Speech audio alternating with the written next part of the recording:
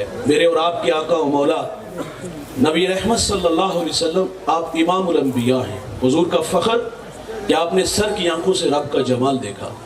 میں بات کو دشت نینوا تک لے چلوں گا، سنیے گا۔ حضور ابھی دنیا میں تشریف نہیں لائے، شکم مادر میں ہے کہ آپ کے سر سے آپ کے والد گرامی کا سایہ اٹھا لیا گیا۔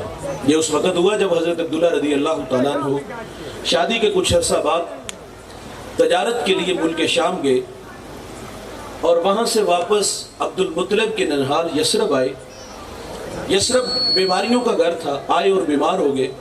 قافلہ چند دن ٹھہر گیا کہ طبیعت بحال ہو تو ہم ساتھ لے چلے، لیکن طبیعت دن بدن بگڑنے لگی، مجبوراً قافلہ مکہ چلا گیا اور حضرت عبداللہ رضی اللہ تعالیٰ عنہ کا وہیں انتقال ہو گیا۔ اور یہ خبر مکہ المکرمہ میں عبد المطلب کے خاندان پر بجلی کی طرح گری۔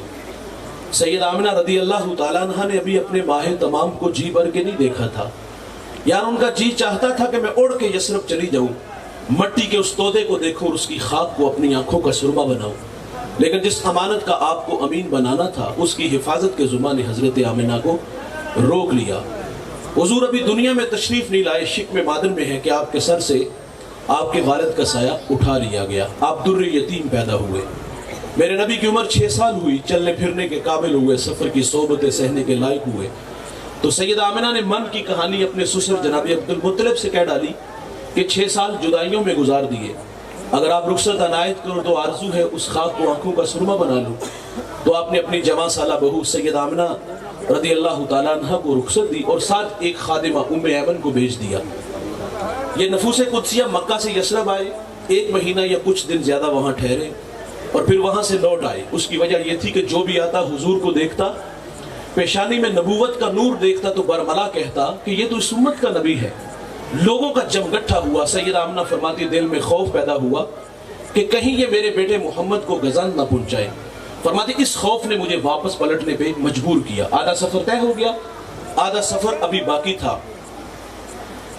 راستے میں ابوا نامی ایک بستی آئی جہاں سید آمنہ رضی اللہ تعالیٰ عنہ آ کے رک جاتی ہے۔ بخار نے آ گھیر لیا اور آپ جان گئی کہ یہ بخار میری جان لے لے گا۔ وقت رخصت ام ایمن کو کہا کہ میرے بیٹے کو باحفاظت عبد المطلب تک پہنچا دینا، اور پھر حضور کو پاس بلایا۔ ادھر بچپنے کی معصومیت، پیشانی میں نبوت کا نور اور ماں بیٹے میں خوب سی گئی۔ 2-1 باتیں کی اور پھر ہمیشہ کے لیے پہاڑوں میں سو گئی۔ میرے کریم آقا صلی اللہ علیہ وسلم نے وہاں آنسوؤں کا چھڑکاؤ کیا، اپنے ہاتھوں سے کالے پتھروں کی قبر بنائی اور پھر وہاں سے واپس حضور تشریف لے آتے ہیں۔ 6 سال کی عمر میں ابا کے ٹیلے پہ ماں خاموش ہے۔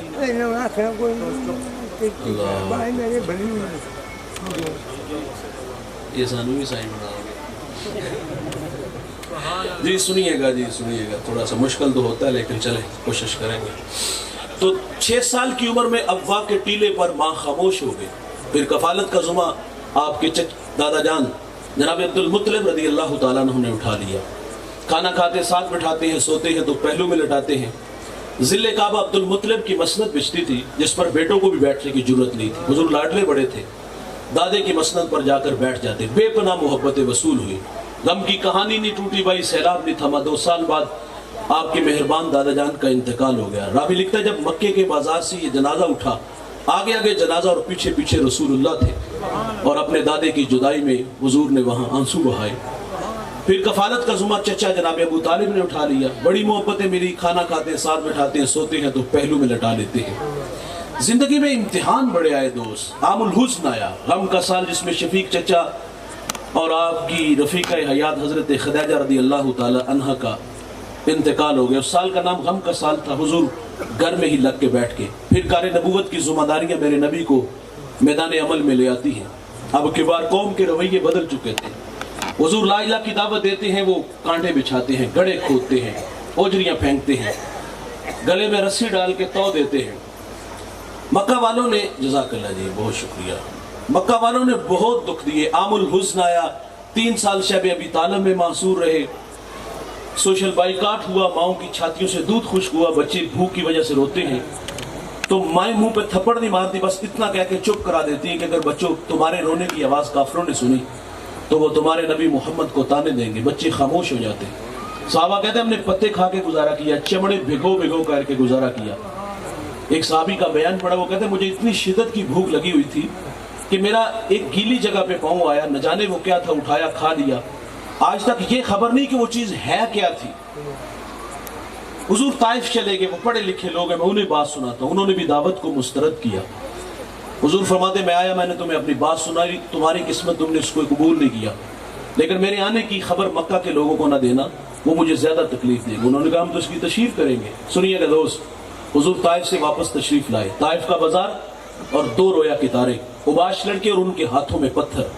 میرے نبی فرماتے میں قدم اٹھاتا ہوں تو وہ میرے پاؤں پہ پتھر مارتے، مجھے درد ہوا تو میں درد کی شدت کی وجہ سے زمین پہ بیٹھ گیا۔ وہ آگے بڑھے، حضور کو کندھوں سے پکڑا، کھڑا کیا۔